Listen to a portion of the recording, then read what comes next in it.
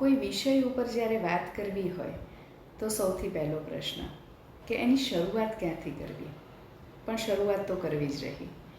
આજે જે વિષય ઉપર મારે તમારી સાથે વાત કરવી છે એ છે પુસ્તકો. નાનપણથી જ વાંચનનો શોખ હતો, કારણ કે મમ્મી અને પપ્પા બંનેને વાંચનની આદત હતી અને પોળોના મકાનની અંદર કબાટ ઉપર અભરાઈ હોય. અમારા ઘરમાં એ અભરાઈ એટલે અમારી લાઇબ્રેરી. અને પૂછો નહીં કે કયા પુસ્તકો, હિન્દી અને ગુજરાતી બંને ભાષામાં.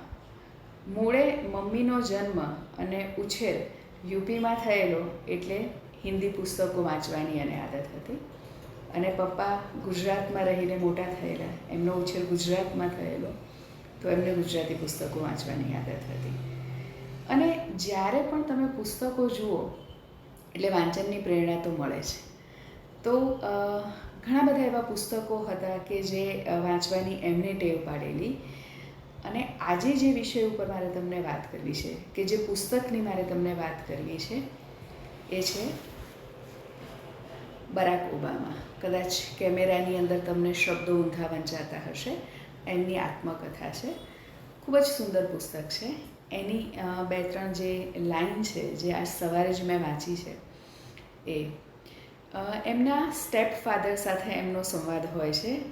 એમના જે સ્ટેપ ફાધર હોય છે એ જે પેન્ટ હોય છે એની સ્લીવને ઉપર કરે છે અને બરાક ઓબામાને ઘાવ દેખાય છે અને એ પૂછે છે કે આ શેના ઘાવ છે.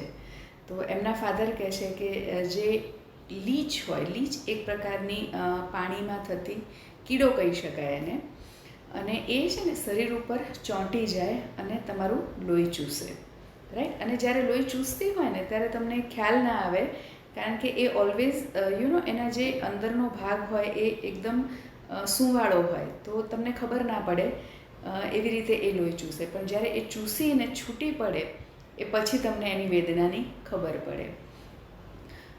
મેં ઝૂઓલોજીનો અભ્યાસ કરેલો છે, એટલે I know about this animal, this worm. તો બરાક ઓબામા પૂછે છે કે ઇઝ ધીસ હર્ટ, અને એમના ફાધર જે સ્ટેપ ફાધર છે ખૂબ જ સુંદર જવાબ આપે છે કે yes it hurts, but sometime you do not need to worry about hurt, you need to worry where you want to go. તમારે ઘણી બધી વખતે શું દર્દ આપે છે એની ચિંતા નથી કરવાની હોતી, તમારી ચિંતા એ વસ્તુની કરવાની હોય છે કે તમારે ક્યાં પહોંચવું છે. કેટલું સુંદર, હે ને?